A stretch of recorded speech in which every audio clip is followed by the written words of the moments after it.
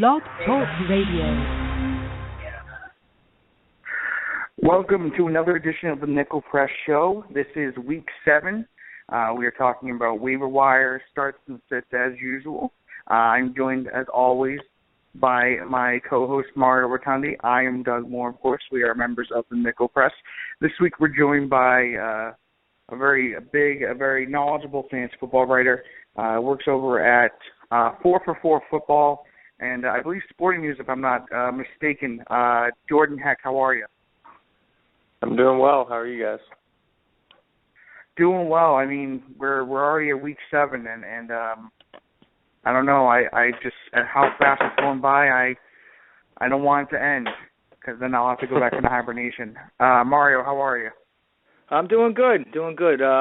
Sorry, I'm a little distracted. I've been watching my Mets. Daniel Murphy just hit another home run, so I'm real excited. But yeah, week 7, the NFL season, the official, unofficial halfway point in the fantasy season. Time is flying, like we keep saying, but it really is. Yeah, I mean, it really is, and now we're getting into the serious buys now. We have a lot of teams on bye this week. You know, we have the Bengals. We have the Packers. I'm trying to think. Help me out here, Mario. Because clearly I don't have the Broncos as well. Yeah, so we got some major teams that have some major players that, you know, this is exactly what the show helps with. You know, figuring out who to start, who to sit in that interim while you have your stars sitting on the bench for bye weeks. So I guess the first thing we want to do is we want to address, you know, sort of the recap from week 6. I think the most appropriate way to start is with this whole Packers running back situation. We'll talk about a few different running back situations, but I think the Packers deserve the most attention right now. So most people asked a lot of questions on Sunday. You know, where's Eddie Lacy? You know, what's going on? Is he hurt? And it turns out he you know, they said he was banged up. Only got 6 touches all game. James Starks, of course, went off for 12 yards on 10 carries. Now going into the bye, you know, we've seen head coach Mike McCarthy say that James Starks earns more carries, and, you know, who knows what's going on with Eddie Lacy. They say he's banged up, but who knows. So, Jordan, I want to get your take on it. You know, how should, you know, Eddie Lacy owners approach, you know, obviously it's a bye this week, but how should they approach the situation going forward? I'd say hopefully they can get James Starks on waivers. But, you know, it's definitely a complicated situation because you draft Lacy, you know, with the expectation he's going to be your RB1, and then when he starts not producing like he has been the last 2 weeks, really. I mean, week 5 against St. Louis, he had 27 yards on 13 carries. I mean, that's a 2.1 average. So even when he was getting carries, he wasn't doing anything. And then this Sunday, they pretty much ignored him, and James Starks exploded. So you're kind of in a no man's land right now where, you know, Lacy's shown promise in the past, where he's shown potential. He's a good running back. But, you know, if they're not going to use him, they're only going to give him 6 touches, then, I mean, I don't know if I'd be comfortable starting him moving forward. Do you think that he'll be able to bounce back eventually, or do you think that owners should be scrambling to try and get some sort of value for him? Obviously, you don't want to drop him there. That's out of the question. But do you think that owners should start to panic, try to see what they can get for him? I mean, his trade value is almost dead right now after that bad game. So I think it's just hold on to him for now, see what happens moving forward. I think he'll definitely get more than 6 touches a game in the future, but, you know, Starks has made a name for himself, so I definitely think Lacy's value has dropped a little bit. Yeah, definitely. I would think he has too. And Mario, I want to ask you this: another Packer, Randall Cobb. You know, he suffered that shoulder injury, I believe, in the preseason. He hasn't missed a game yet, but clearly something's going on. He's not producing the stats we thought he would, especially with Jordy Nelson out for the season. They came out, you know, speculation is that his shoulder. I think actually Randall Cobb said it himself that his shoulder's going to be an issue all season. Is it time to panic about him? You know, if you're a Randall Cobb owner, how do you approach this? You know, sort of the same thing with Eddie Lacy. I'm going to ask you for Randall Cobb. What do you do with Randall Cobb here? I mean, I wouldn't panic, but, I mean, it is concerning. I mean, he had a great season last year, and we know, like you said, he's injured, so that's always a concern, especially that he's saying that it's an issue for him. But I mean, hopefully this bye week will give him enough time to get back on track. I mean, he had some really good games earlier in the season, so, I mean, and his shoulder was bothering him then. So it could just be a couple of down games right now. But, again, this is a wide receiver one, a guy you just have to, ride the wave right now. I mean, luckily this is the best time for it. A lot of people speculated that Lacey's still dealing with that ankle injury. They didn't say it was a high ankle sprain, but it's an ankle sprain that he didn't miss any games for, at least. Went out early, I think, in week 2, and then he came back for week 3. Didn't miss any time, but maybe that's what it is. And this bye week will maybe let them get a chance to heal up a little bit. So we'll have to see about that. So, Jordan, I don't know if you know, but Messiah, the second coming of Messiah happened. I think it's happening right now because I think Christine Michael is going to play this Sunday, and apparently he is going to get more carries. So, again, the Messiah, is coming. How do you approach this sort of situation? Do you believe what you've seen so far that Christine Michael is going to get most of the, he's gotten most of the first team rep, I should say, and that, he's somebody that's going to get a lot more touches after seeing only 2 touches in the first 2 games he was active for?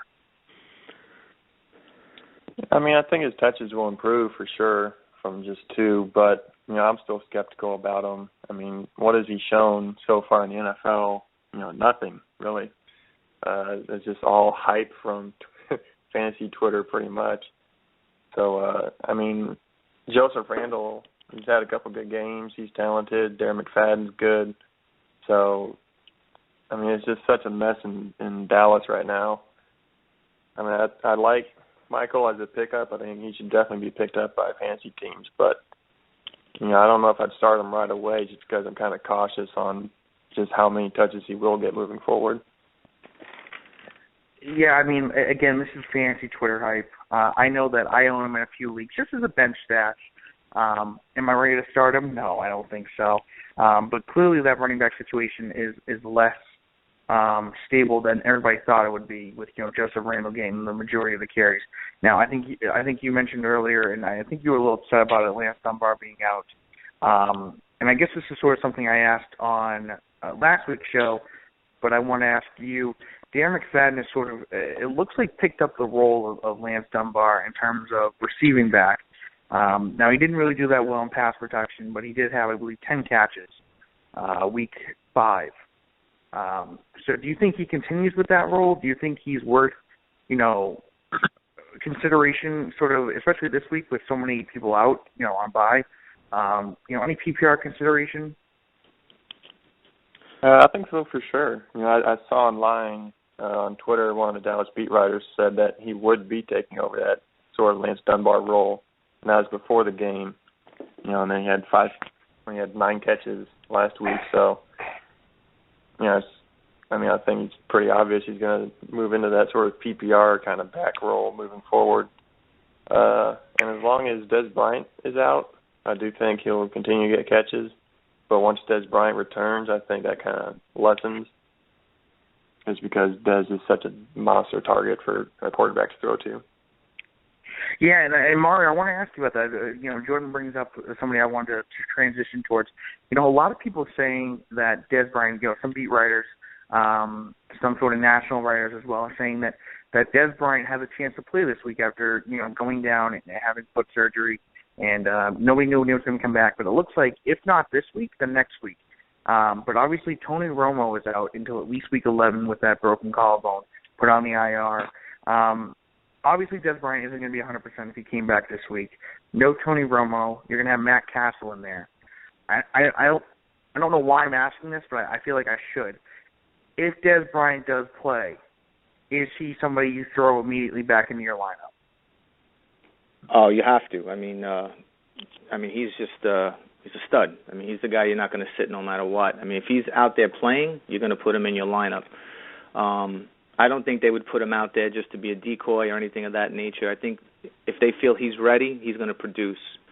I don't think they're going to. They just gave him that contract. I don't think they're going to risk his long-term health just to get him back on the field. So I think if he's out there, he's ready to go, rock and roll. So I would definitely use him if he's ready to play. Yeah, I mean, it would certainly be something if he came back after, 5 weeks, 6 weeks, having foot surgery where, somebody like Julio Jones sat out basically an entire season with it. And if he's able to, not risk re-injury, then that would be something really a lot sooner than people thought. So I don't want to talk about it a little bit. Obviously, there was a lot of hype last week for some running backs in Kansas City, particularly one over the other, after Jamal Charles went down with his torn ACL in Week 5. Charkandrick West, I think I said it right. I had to pace myself a little bit. Obviously got the start. He got the majority of the carries on Sunday, but he was benched, if I'm not mistaken. He had a fumble and he was benched. So I want to get your expert insight, Jordan. Do you see any sort of, do you see West getting still the majority of the carries? Do you see Niall Davis maybe getting more carries? People went and scrambled to pick this guy up. They spent a lot of money and the rest of their budget to get him. So, I mean, is it already time to think about sitting him on the bench until he does something, or do you still think that was just one bad week, he can turn it around? Kind of hard to tell right now because, the Vikings have allowed some big games for running backs. The Niners had a big game and Denver had a big game against them. And then you see Kansas City do absolutely nothing. So, he was already kind of a fringe kind of flex position guy. In my mind, he was at least. He's definitely not going to live up to the hype of Jamal Charles. But, depending on what your roster is, I think he's still startable next week and moving forward. As long as he does something. Niall Davis is going to be in the background there. I think he had 6 touches last week with backing up West. But I still like West a little bit moving forward and just pay attention to matchups and see what he does. Yeah, this week might be tough because they got Pittsburgh, and Pittsburgh does really well against the run. So this will be a good test to see how they use both of them and what they're capable of doing. So, this is another instance where, Andy Reid hyped them up, and everybody was like, oh, we have a Jamal Charles clone, and, But, again, they pretty much, it was 9 attempts for West, 5 attempts for Davis. So you can't really get a read on it. So it's tough to tell. Yeah, you saw this coach hype. You saw this, fantasy football hype for him, and he sort of fell on his face. You brought up a good point about Pittsburgh. Pittsburgh hasn't allowed, I believe, any sort of touchdown to running backs so far this season.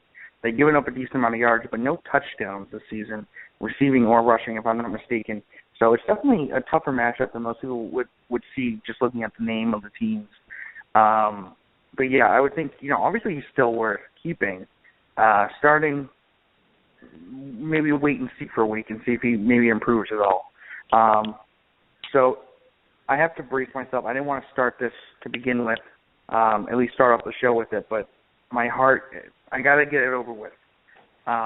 Mario, I've been sticking up for this guy for a long time, and I said over the weekend if, he doesn't do well against one of the worst teams against the run in the NFL, then he needs to be dropped, and he didn't. He did horribly. So without further ado, at least for me, it's time to drop C.J. Anderson. And a roller coaster of emotions are hitting me right now. But you got to drop him. There's just no way that he is worth starting right now. He clearly is losing touches every week to Ronnie Hillman. Ronnie Hillman, went off for over 100 yards and a touchdown. There's just no way. I can't see him being fantasy relevant right now, worth keeping on a 12 to 14 team league bench right now. So I don't know if anybody disagrees with me, but that's just who I had to make this segment for him. I have a memorial set up for him. I was going to say, hit the violin playing. Yeah, so it's hard. I don't want to spend too much time on it because the more I talk about it, the more it will hurt. But Jordan, I want to ask you about another guy that a lot of people hyped about, and this will probably be sort of our last sort of recap for the week, considering I took up so much time talking about C.J. Anderson. Amir Abdullah has clearly not been, outside of week one, the guy that a lot of people had hoped he would be this season, at least so far. Now, even though with injuries to Zach Zenner and Joyce Bell, who continues to not play, Amir Abdullah has not put up stats, at least fantasy football-worthy stats. I think it's time, but I wanted to check with you. Is it time to drop Amir Abdullah? I don't think it's time to cut him. I mean, he still had, 17 touches last week, so I mean, that's promising. But I don't know if I trust him. It depends on how deep your benches are. If you only have 4 bench spots, then he's probably worth cutting. But I usually play in leagues with some deeper benches, so I'd probably hold on to him. 17 touches is still good. I mean, like you said, Zenner still is on IR, and Bell's been hurt. Even when Bell plays, he doesn't do anything. But I don't own him anywhere, so I don't have to make this decision. But fair enough. I still like him moving forward. Obviously, Theo Riddick's been, amazing for Detroit, especially catching the football. I think he had a touchdown either last week or the week before. So, Riddick's the guy to own in Detroit, but I still like Abdullah. I think he still has some potential. Yeah, definitely. I believe, if I'm not mistaken, he leads the NFL for running backs, NFL running backs in reception. I think he had somewhere around 30, 34. So that's really something, especially in PPR leagues, to look out for. And he could probably even get more carries going forward, considering how little Amir Abdullah has been able to do. You're right, he still has the volume, but maybe Theo Riddick needs to get more touches. Maybe he'll be able to move the chains a little bit easier. I sort of want to transition, though, into the waiver wire piece of our show. We'll go a little bit into it. And I know for me, the guy that I would tell people to add this week, my number one add this week, is a guy who's coming off of 2 straight really good games and could really see some good, continue to see this sort of success going forward. That's Stephon Diggs with Minnesota. I'll be talking about him a little bit later. But, in the past 2 games, he's had almost 20 targets. Now, granted, Charles Johnson's been out. But Stephon Diggs is really someone that needs to be owned because he might even keep that starting spot, according to a lot of reports, over Charles Johnson, even if when Johnson comes back. So that's for me, at least, Stephon Diggs. I would see him going forward as a high upside wide receiver 3 sort of flex play, especially this week. And I'll definitely be talking about that later. Mario, is there anybody in particular, who would be that one guy if you had to put a priority, over anybody else? Who would be that guy that you would add this week on the waiver wire? Well, I had 1, 2, and 3. I had Starks, Michael, and Diggs myself. But if I had to pick someone different, I would go back to my buddy Marvin Jones. He had a huge game. His targets keep going up each week. His production keeps going up. He's playing on one of the best offenses in the league. And I know they're on a bye this week, so can't use him this week. But he's the guy I would definitely get on my teams. Yeah, that's definitely somebody that I actually wrote about today. I think he had 9 catches for 95 yards and a touchdown. Obviously, he's helped, in that passing game at the expense almost of A.J. Green. A.J. Green has not been putting up pretty good stats outside of that, I think, 1 or 2 weeks at the beginning of the season where he did really, really well. And for some reason, Andy Dalton continues to do well, so maybe going forward he's going to continue to target Marvin Jones. That's a really good ad. Totally forgot about James Starks. Of course, do want to add him this week if he can, even though he's on a bye, because it looks like he might get at least the same amount of touches in Week 8, if not more than A. Lacy, if Lacy is still hobbled a little bit. Jordan, is there anybody that sticks out to you this week that out of everybody that you sort of want to tell people, go and get this guy because he could be a difference maker? I want to double up on what you said with Stephon Diggs. I absolutely love him. I picked him up before this week and played him against Kansas City. So I enjoyed that. I think Mike Wallace called him, Antonio Brown Jr. kind of thing. But as far as me, obviously Starks is a good pickup and Michael. But Brandon LaFell is a sort of sneaky pickup. He's been hurt all year, but he's been practicing now, and he's projected to play in Week 7, I believe. Last year he had almost 1,000 yards and 7 touchdowns. The Patriots obviously have a high-powered offense with Tom Brady and all that, so if LaFell's available, I think he'd be a good pickup for teams. And I do like Marvin Jones as well. And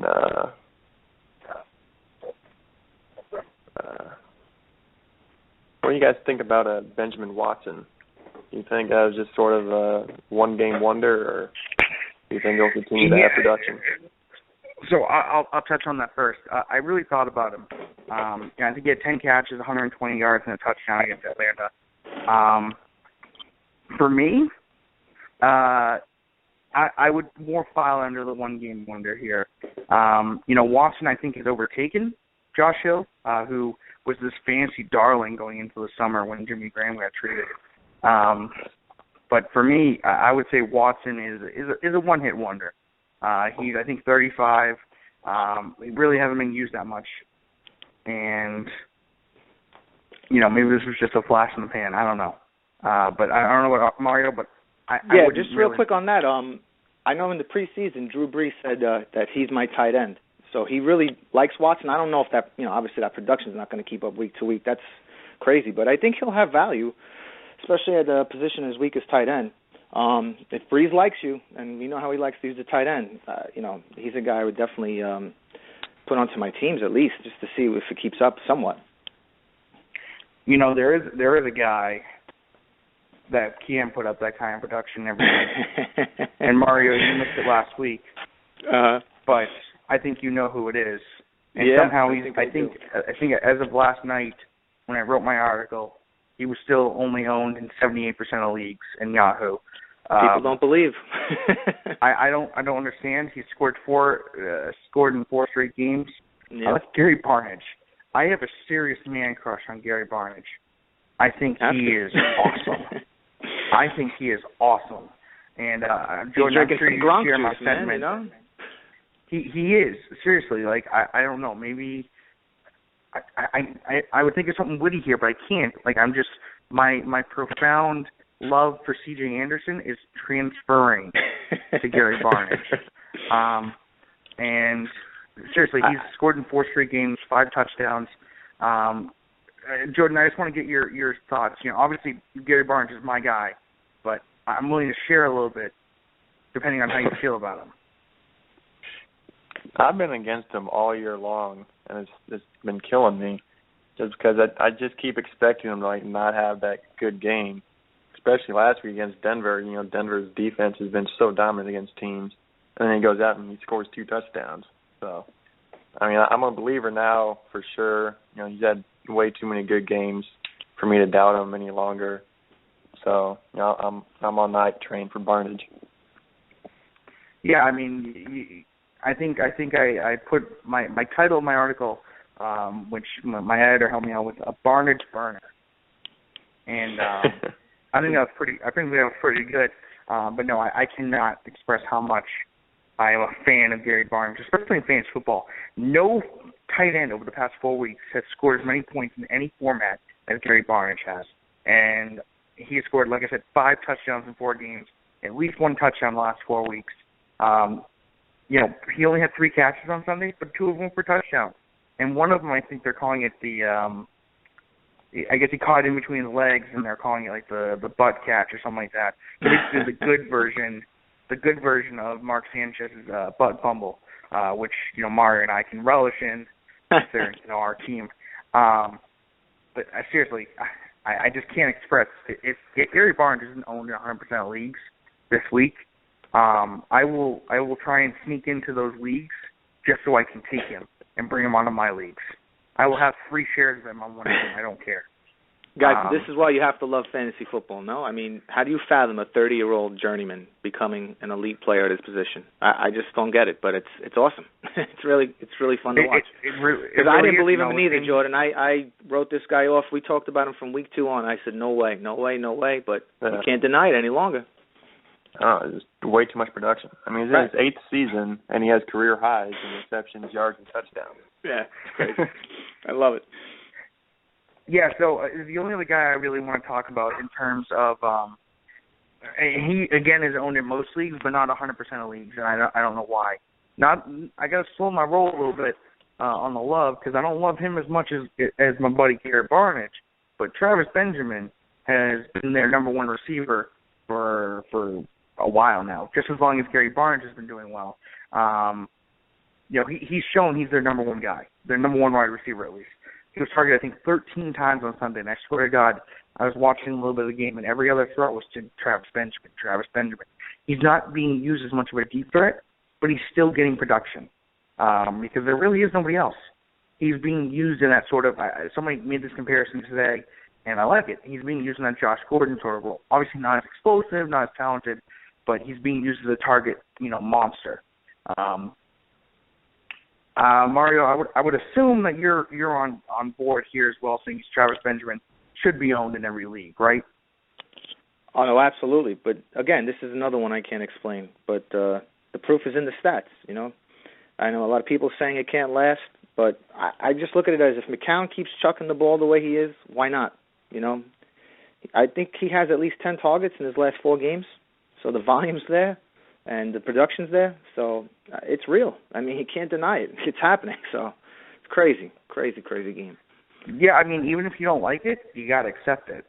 Absolutely. So I don't know. I don't know if you feel the same way, Jordan, as you do with Gary Barnidge for Travis Benjamin, but I would think that you as well would also agree. He's worth even considering starting every week in terms of, let's say, a flex play. Oh, for sure. I mean, he's obviously been the Browns' number one guy.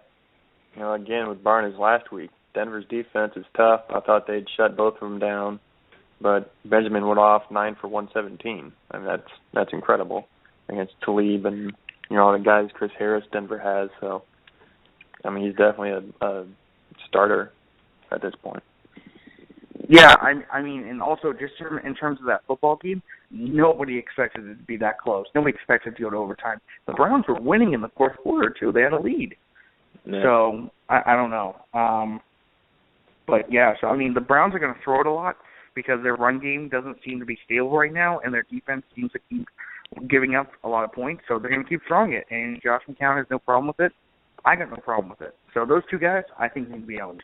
And I'll be talking about Josh McCown a little bit. But we're going to sort of transition our second half of the show into our start set piece, sort of go over, for people at home that don't know, we go over one player from each position, quarterback, running back, wide receiver, tight end, that we recommend starting and we recommend staying this week. And we sort of give reason why. So I'll start off. I know, Jordan, you're our guest, so I'll let you go last for the quarterback start. I'll go first. So my quarterback to start this week is Tyrod Taylor. Taylor did not play on Sunday. He hurt his knee last week. He was a game-time decision. Did not play, but he's reported to be really good in terms of recovery. And there are even some reports saying that he could have played anyway. So it's really encouraging. But he has a really good matchup this week, actually, facing Jacksonville in London. Jacksonville has only gotten 1 interception all season, as opposed to, I think, 7 touchdowns. And I literally wrote on here, could have played report. And, it doesn't hurt that LaShawn McCoy actually had a really good game on Sunday. Now, granted, that was with E.J. Manuel at the quarterback, so maybe they decided to run the ball more. But having a stable running game is certainly going to help a quarterback get some pressure off. Now, Sammy Watkins may not play, but he's proven to be, Tyrod's proven to be able to succeed without him. I like this matchup this week. I think Tyrod is going to be near full strength, and I think he could really do well, across the pond. So I would put him right back in your starting lineup as you were before. Mario, what about you this week? Who's that quarterback that you tell people to start this week? It's funny you picked Tyrod Taylor because I picked his opposing quarterback, Blake Bortles. Buffalo is giving up the 9th most yardage to quarterbacks and have given up 13 touchdowns, which is 3rd most on the season. Bortles is playing really well. He's got back-to-back 300-yard games. and 7 touchdowns in that span. He's got the 3rd most attempts on the season, and in 2 of his last 3 games has at least 50 attempts. He can also run a little bit, which can't hurt. He has 58 rushing yards in his last 2 games. I don't know if T.J. Yeldon's going to play. I know he was banged up. Last week he didn't play, but he should continue to throw the ball with that weak running game that they have between Toby Gerhardt and Denard Robinson. And I know it doesn't really translate to his stats, but Buffalo's defense seems to get like a penalty on every play. They're just like so undisciplined, which can only facilitate that offense. So I really like Blake Bortles a lot this week. Yeah, and every report I've seen about Allen Robinson looks encouraging that even though he did leave on crutches, it's a leg contusion, and right. it sounds like he has at least a decent chance of playing this week, along with T.J. Yeldon, who was a game time decision. And having your starting running back there doesn't hurt. To help again with like Tyrod Taylor, having a stable running game never really hurts a passing game. So Jordan, now that you've seen us do it, who's the quarterback that you'd recommend starting this week for people? I really like Carson Palmer this week against the Ravens. Baltimore's struggled against the pass all year. In 6 games, they've allowed 4 300-plus yard passers. And Palmer, in his 6 starts, he's thrown for more than 300 yards 4 times, including a 400-yard performance last week. So, you got John Brown, he's got Larry Fitzgerald, he's got Michael Floyd, you got tons of talent there. I think I have a huge game. Yeah, definitely. And I thought about talking about him because I think some people are going to be concerned. I think he had like 2 interceptions on Sunday, or he had more interceptions than touchdowns, even though he had, I think, over 400 yards. So I thought some people might be worried, sort of like with Mark Ingram, but then goes out and scores 2 touchdowns last week, or this past Thursday. So, yeah, I like that pick. Baltimore's been atrocious, just on defense in almost every facet of the game. So, yeah, I like that pick a lot, especially after John Brown goes for, 196 yards? Yeah, that's insane. Crazy. Yeah, that's crazy. So the running back that I wanna tell people to start this week, and this is another guy that usually would be starting, but some people might be concerned coming off a bye, and also he was coming off of 2 straight quote-unquote benchings. The coach won't ever admit it was a benching, but it was a benching. That's Latavius Murray. Like I said, on a bye last week, but he has such a great matchup this week. Facing San Diego. San Diego's given up the most points per game on average in standard leagues to running backs. I looked a little bit deeper, and despite being benched sometimes, the last 2 games, he's at least touched the ball 18 times a game. And I wrote really small here, so forgive me, my eyes aren't the same. 5.43 yards per carry, 9 combined touchdowns, and San Diego as a team is giving up almost 180 yards, combined yards to running backs per week. I really like Latavius Murray coming out, giving sort of a statement game that he's the best option. Don't worry about him. And I think this is the prime week, a division rivalry game coming off a bye, sort of get some things worked out. If he's injured, maybe sort of heal up a little bit. But I really like this matchup this week, and I really think, obviously he has the talent to do it. So I really think he'll have a great week this week. Jordan, we'll go with you this time. Running back, who would you recommend starting this week? I really like LaShawn McCoy. He had a good game last week coming back from injury. 90 yards, 5.3 yards per carry. That's really solid, especially considering he was hurt. And this week he goes against Jacksonville. Jacksonville gave up that huge game to Doug Martin 2 weeks ago. He scored, I think, 3 total touchdowns. The Patriots had a big game against him, so I think McCoy should be a good start this week in London. Yeah, I mean, a lot of people were concerned about him to start off. He had the hamstring injury. He wasn't starting off hot. And now, especially last week, he had that really good game, especially with Tyrod Taylor at the helm. I'm sorry, not Tyrod Taylor, E.J. Manuel. But Tyrod Taylor should be back this week, like I said. And like I said, recommend starting him. I wanted to sort of ask you this real quick. Carlos Williams, nobody knows when he's going to be back, but we hope at some point this season, if not soon, he'll be back. Do you think with how well he was doing before he went down with the concussion, do you think he eats it all into the carries? of LaShawn McCoy sort of become that goal line back that we saw a little bit before McCoy went down again? Yeah, I mean, Williams has definitely earned himself a role, I think. In all the games he played before he got hurt, he at least had one touchdown.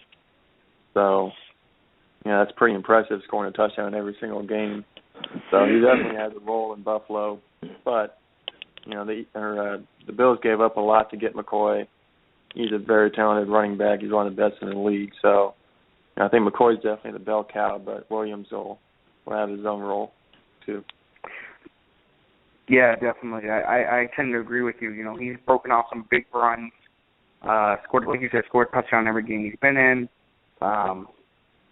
Hopefully he'll be back soon with concussion, somebody knows. But definitely I happen to agree with you. You know, I tend to agree with you on that. But Mario, what about the running back for you this week? Who is the running back that you'd recommend starting for people this week? I like Doug Martin a lot at Washington. In the last two games, Washington has allowed a combined 348 yards rushing and 2 touchdowns to Chris Ivory and Devontae Freeman. And in Doug Martin's last 2 starts right before the bye, he's had 44 attempts, 229 yards, and 3 touchdowns, while adding 8 catches, 72 yards, and 1 touchdown. So he's found a nice little groove. I like him to continue the trend this week against the Washington defense that's been struggling to contain the run. So he's a guy I really like this week. Yeah, and it's crazy because Doug Martin was not a guy. Some people liked him coming into the season, but there was a lot of things him not doing well again. You know, they really have a porous offensive line in Tampa. You know, Jameis Winston being there means that they're going to emphasize the pass more. Their defense is bad, so it means that, you know, the opposing team's going to score a lot of points, meaning that they have to pass more to try and keep up and abandon the run, and it was coming off a bad year. So this is really something to see Doug Martin doing this, and hopefully he keeps it up. The only thing I ask is when I'm playing him, then no, because I don't own any of them. But yeah, crazy, and that's a really good pick this week, considering how bad Washington has done lately. So a guy we talked about earlier, the guy I said my number one waiver wire at this week. It's not only my number one waiver wire, he's the guy I'd tell you to start this week at wide receiver, and that's Stephon Diggs. I wrote here in parentheses, and I will say this, I would have said to start Antonio Brown facing Kansas City, but because Big Ben might be back, that kind of seems moot because you'd start him anyway. But the only reason I considered Antonio Brown is considering how bad he's done lately, which is really, really bad, and I own a lot of them. And I'm really, really sad. But Stephon Diggs this week, 9 targets, 7 catches, 129 yards against Kansas City this past weekend. Facing Detroit, they've given up the 4th most points the past 3 weeks in standard leagues per game to wide receivers. He has gotten 19 targets, 13 catches, 216 yards in the past 2 games. Detroit is giving up 200 yards per game on average to wide receivers the past 3 weeks. I just really think that this is going to be a good matchup for Diggs, who's going to continue to get looks. He's going to be a deep threat. He's going to catch those long passes. Not necessarily a guy who will take a lot of touchdowns, I should say, but he continues to rack up yards. He got a decent amount of catches. You know, he's done 7 last week and then 6 the week before. I don't see why he can't do well this week against a Detroit team that their defense has really not been anything close to what it was last season. So for me, Diggs is not only someone you want to add, you want to start this week. Mario, what about you? Who's your wide receiver this week? Who is the guy that you tell people to start? I'm looking more in terms of if you're facing the bye week blues or, you know, you just need someone to fill in. But I like Michael Floyd against Baltimore. He broke his hand or his fingers, which was part of his slow start this season. But his targets have been coming around. They've been increasing the last 3 weeks. There are a lot of mouths to feed in Arizona between Fitz, Brown, Floyd, and the running backs. But, again, he's facing Baltimore. They've been real bad against the opposing wide receivers. They've given up 1,830 yards, which is 3rd most, and 11 touchdowns, which is tied for 5th most. I really kind of like all of Arizona's skill players this week, but I think Floyd can be a nice little part of that, and I think he'll have a nice little game. Yeah, definitely. He had a touchdown last week, this past Sunday, and he could have had another one. I think it was a taking back on a penalty, but he could have had two this past weekend. And he's sort of the guy that's been forgotten about between Larry Fitzgerald and John Brown. But that three-headed monster, I think, is arguably the best wide receiver tandem in the NFL right now, unless I'm mistaken. So I like that pick definitely this week. Jordan, what about you? What's the wide receiver you tell people, above all else, to start this week? I really like Eric Decker this week. In every game he's played, I know he had an injury, so he missed a game, but in every game that he started, he's caught a touchdown. It's rare for a receiver to do that. And he faces New England this week. Patriots gave up three receiving touchdowns to the Colts on a Sunday night. So, the Patriots offense puts up so many points that the opposing team has to keep up. And I think the Jets are a team that can do that. I think Eric Decker benefits. I think he'll have a good game. Yeah, definitely. That's an interesting stat, like you said. Decker scored in every game this season that he's played. Scored another one on Sunday, and he's definitely that number two guy behind Brandon Marshall, who could draw, Malcolm Butler, who has, and maybe I'm a little bit of a Patriots homer, but he has done pretty well. I believe he's still received positive marks despite facing most teams' number one wide receivers on most weeks. So who knows? But I know the Patriots have a suspect sort of secondary, so that could definitely happen. So moving into the tight end section for starts, this guy this week, I'm going to tell you to start is Delanie Walker. Now, Delanie Walker had 8 catches on 10 targets last week for 97 yards against Miami in that blowout. Facing Atlanta, though, giving up the second most points in the past 3 weeks per game in standard leagues to tight ends. Atlanta has given up a touchdown to tight ends in 3 straight games. And, Zach Mettenberger might play this week because Mariota, I believe they said he suffered a grade 2 MCL sprain, which usually is a multi-week injury from what I've seen. It's sort of the same injury that Big Ben has. And he's been out of action for a few weeks. But if Mettenberger comes in, Mettenberger liked to use Delanie Walker last season. That's really why he got a lot of fantasy attention. So I could definitely see Delanie Walker having a good game. He's sort of that safety valve guy, that check down guy. And you'd have to think against Atlanta, which has a high-powered offense, they're going to be playing from behind a lot. So they're going to be passing. And that run game hasn't really done much to establish itself. So I really think that that Delanie Walker could have a good game this week against Atlanta. Jordan, what about you? Who is the tight end that you'd recommend people to start this week? It may be obvious, but I gotta say Antonio Gates. He's going against that Raiders defense that's been just god awful against tight ends. Against Denver, they didn't do anything, but in every other game, they scored at least 1 touchdown, had at least 80 yards. Gates in back-to-back games since he's been back, he's had 9 catches, over 90 yards. He had 2 touchdowns in his first appearance. The Chargers' running game is suspect at this point, so they're going to keep on throwing the football. There's no reason not to think Gates is the number 1 tight end this week, in my mind. Yeah, besides Gary Barnes, of course. But, you really, especially with Phillip Rivers playing at such a high level, he threw for over 500 yards this past Sunday. And I own him in a few leagues, and I loved him coming into the season. I love Tannehill, and I love Rivers, so I sort of hit and miss on one of them each. But, Phillip Rivers is playing at such a high level right now. I think he leads, quarterbacks in a lot of categories right now. I can't see this being a bad week for Antonio Gates at all. If you're comparing it to Gary Barnes, though, again, maybe it's a bad game.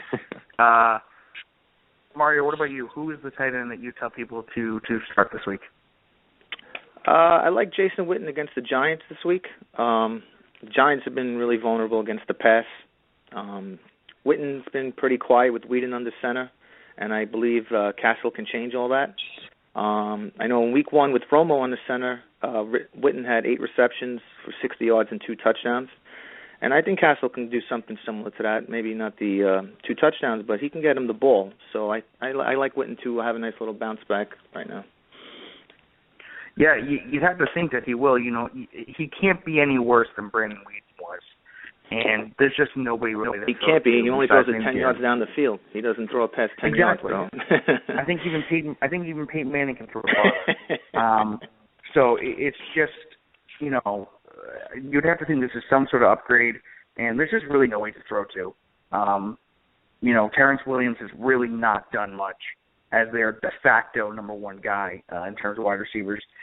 McFadden will get his looks, definitely, but outside of that, yeah, there's really no way. So, you know, when in doubt, you go with the future Hall of Fame tight end. So I definitely like that matchup this week, especially after seeing, you know, Zach Ertz against them last night, doing at least decent compared to what Zach Ertz has done. So I like that. So now we're going to sort of go into our sits this week. We're up against the clock. 9. Yeah, so we have about 13 minutes left. So I'll go a little bit faster. I know we've been talking really slow. So my sit quarterback this week is going to be Josh McCown facing St. Louis. He had 2 touchdowns, 2 interceptions last week. St. Louis is top 3 in terms of fewest points allowed to quarterbacks per game. And St. Louis has only given up 5 passing touchdowns all season. 2 quarterbacks, which is 1 a game basically. So that's really not a good outlook. And I think on average they're only giving up about 255 yards to quarterbacks. So again, it doesn't look like a good matchup. So for the second week in a row, actually, I'm going to tell people to sit Josh McCown. Mario, what about you? Who's your sit quarterback this week? I don't know if this is too easy, but I'm sitting Sam Bradford at Carolina. Carolina's defense has been very stout. They also only given up 5 touchdowns to opposing quarterbacks. They're tied with St. Louis. They also have 8 interceptions on the season, which is tied for 3rd best and 13 sacks. So we just seen what Sam Bradford did against the Giants. He's not anything impressive. They got Luke Kuechly back now to shore up the defense. Like I said, Bradford's been a turnover machine. He has 9 interceptions already on the season. He's having a problem finding good rapport with Jordan Matthews, which is surprising. He seems to be relying on Riley Cooper and Miles Austin, and I don't think you can really rely on them against the Carolina D this week, so I would sit Sam Bradford. Yeah, I would hope for the sake of my team that Jordan Matthews gets more looks. Jordan, what about you this week? Who's the quarterback that you tell people to sit this week? I'm going to go with Joe Flacco. You know, he's coming off of a big 300-yard, 2-touchdown game, so owners might like his chances, but he's going against a really tough Cardinals defense. They have the most interceptions, 11. They have more interceptions than they've allowed touchdowns. And they've only allowed 1 big game, and that was against Detroit, and that's because they threw the ball 70 times, so it's kind of hard to not have a big game and throw the ball so many times. But, you know, I think Joe Flacco's going to struggle against the tough Cardinals defense. Yeah, definitely. That Cardinal defense, that secondary, Tyrann Mathieu, Patrick Peterson, it's hard to go against them, especially when you only have 1 good receiver in Steve Smith. So, Mario, I told you earlier there was a Patriot that I told I'm going to tell people to sit this week, and it's a guy that people probably won't want to sit, but got him this week. And that's Dion Lewis. So a little bold here, Dion Lewis, and I'll tell you why. Dion Lewis is coming up, compared to the rest of his games, a poor performance. 4 rushes for 21 yards, 3 catches on 6 targets for 18 yards, no touchdowns. Facing New York, giving up the New York Jets, I should say, fewest points allowed to running backs per game this season in all formats. They've given up less than 3 yards per carry at 2.99, but 5.8 yards per catch, 87.5 yards to opposing running backs per week. They've only given up 2 touchdowns all season to running backs, And that abdominal injury, how much does it play into a factor? Looked like it limited him a little bit, and who knows how long it'll be. But I got to tell people, sit Dion Lewis this week. He has a bad matchup, and, he might be hurt. So I'll probably get a lot of, flack for it, but bring it. So, Jordan, what about you this week? Who's the running back that you tell people to sit? I'm going to go with Jonathan Stewart. He finally had a good game last week where he scored 2 touchdowns, 78 yards. But this week he faces an Eagles defense that has not allowed a touchdown of any kind to running backs. And I think he's going to have a tough time. Before last week he hadn't really done much. He just kind of get like 50 yards a game, doesn't do much receiving. Usually Cam Newton or Tolbert vultures his touchdowns. So I think he falls back. I think he has a bad game this week against Philly. Yeah, and I can tell you exactly why he had a good game last week. It's because I told people to sit him. That's exactly why. So, I know. I own him in a lot of leagues, so I thought he'd be good, and I did sit him last week, and I paid the price. Yeah. But I do think for sure this week he won't be good. Yeah, and I mean, literally the matchup, he had not done good this season. So I thought about telling people to sit him this week, but I didn't want to bet against him. I just couldn't because I was concerned. But Mario, what about you? Who's that running back that you want people to sit this week? I'm sitting Justin Forsett this week at Arizona. I believe the game's going to kind of be like a shootout, so Baltimore's going to need to pass to keep up with Arizona's high-octane offense. Forsett's okay in the pass game, but this past week was his highest receiving total. He had 7 catches, only 39 yards, so he's not doing much with the catches anyway. Arizona's only allowed 2 touchdowns on the ground, so they're pretty stout in that department. And I don't even know if he's that much of 100% Forsett. I know he was a little banged up. He did have pretty decent volume this past week, but he's not a guy I'm really too crazy about this week. Gotcha. Yeah, I mean, that Arizona defense is really something to worry about. That the whole team really. But the wide receiver I want to sit this week is a guy who's going for his 3rd straight 100-yard game, and I'm here to tell you that's not happening. Anquan Bolden. 5 catches on 9 targets for 102 yards against Baltimore. Facing Seattle this week, they have given up the fewest points. This is probably the only thing that they've done well this season. They've given up the fewest points to wide receivers per game in standard leagues over the past 3 weeks. 0 touchdowns to wide receivers the past 3 games, and Bolden is hurt. Playing on a short week there, playing on Thursday night. Yeah, I believe he has a hamstring injury. He'll play, but he's going to be limited. And going against a tough secondary, which, like I said, is probably the only thing they have going for them right now. I don't see him having a good week. I definitely don't see him going for another 100 yards. So this week, sit him. I know you're probably hoping for the trifecta, the hat trick. I'm here to crash those dreams. Mario, what about you? Who's that wide receiver that you just don't want to be starting this week? Sitting Mike Evans against Washington. I think, like I said, because I like Doug Martin, I think this is going to be more of a run-oriented game for Tampa. The last 2 weeks before the bye, Evans only had 6 receptions and 73 yards. He doesn't have a touchdown on the season. I know he was hurt in the beginning of the year. But Jameis Winston isn't really impressing me too much. Washington, they rank in the middle of the pack against opposing wide receivers, so they're not too bad. I just, like I said, I don't have a lot of faith in Jameis Winston, and I like Evans overall. I just don't like him for this week. Yeah, it's hard to trust him. I own a lot of shares of him, and I think I'm going to sit him this week, especially with that matchup and just how he's been doing outside of, I think it was week 3 where he had a really good game. But Jordan, what about you? Who's that wide receiver that you just got to keep on that bench this week? I'm going to go with Jordan Matthews. In the last 4 games he's played in, he hasn't reached 60 yards, and he faces a tough Panthers defense this week. They've been able to shut down some of the top receivers this year.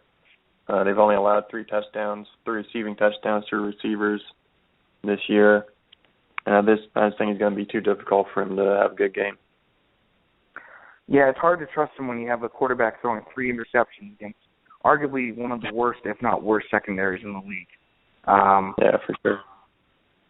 Yeah, I hate it because I own him in a few leagues, Jordan Matthews, but might be hard to start him this week, especially when he might match up against, budding superstar Josh Norman. But last group of players, tight ends, got to sit Julius Thomas this week. And probably a lot of people are going to disagree with me, but victory favors the bold, right? He had 13 targets last week, 7 catches, 78 yards, and a touchdown versus Houston. Facing Buffalo, they've given up the 9th fewest points in standard leagues the last 3 games per week, I should say, last 3 weeks, on average, 2 tight ends. Given up only 1 touchdown in the past 4 weeks. He's hurt, is a rib injury, and on average the past 3 weeks, the Bills have only given up 5 catches, 40 yards, and 1/3 of a touchdown. 1 divided by 3. Just don't like it this week. I think Al Robinson will be fine. I think T.J. Yeldon comes back, and I think he'll take away some of the need to pass, and I just don't think Tom's going to have a good week this week. You probably, I don't know, you're probably going to disagree with me, but I don't know. So, Jordan, what about you? Who is that tight end that you would tell people to sit this week? I'd tell him to sit Larry Donnell. He's had a few fancy relevant games. He had a touchdown a couple weeks ago. But this week he has a tough matchup against Cowboys. Dallas has only given up 1 touchdown all year. Gronk only had 67 yards against him when he played against them. So, it's definitely going to be hard for him to have a big game. Yeah, I think as long as Odell Beckham is there, or even Ruben Randall, you're not going to see him be that guy to go to for Eli. So I definitely agree with that. And Mario, last but not least, who's that tight end that you're telling people to not start this week? For me, it's Kyle Rudolph at the Lions. He seems to be losing the target volume that he had earlier on.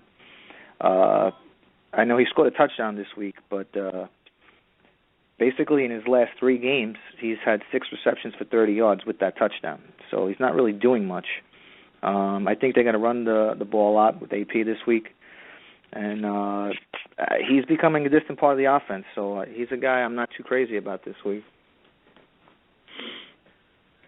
Yeah, it definitely. I think he scored a touchdown on Sunday, but outside of that, he really hasn't done much. So I like that pick this week. So that will do it for us here this week. Thanks to Jordan Heck for having us on. For coming on, I should say. Be sure to follow him on Twitter, Jordan Heck FF on Twitter. Be sure to follow 4 for 4 football. I believe it's 4, the number 4, the letter, the word 4, and then another number 4 football on Twitter. And sporting news as well, but you probably already are following them, probably because he probably writes for them. That's probably why. Be sure to follow Mario on Twitter. As always, Mario is on Twitter at Mario_Roto108. Be sure to follow myself, of course, on Twitter at DMooreNFL.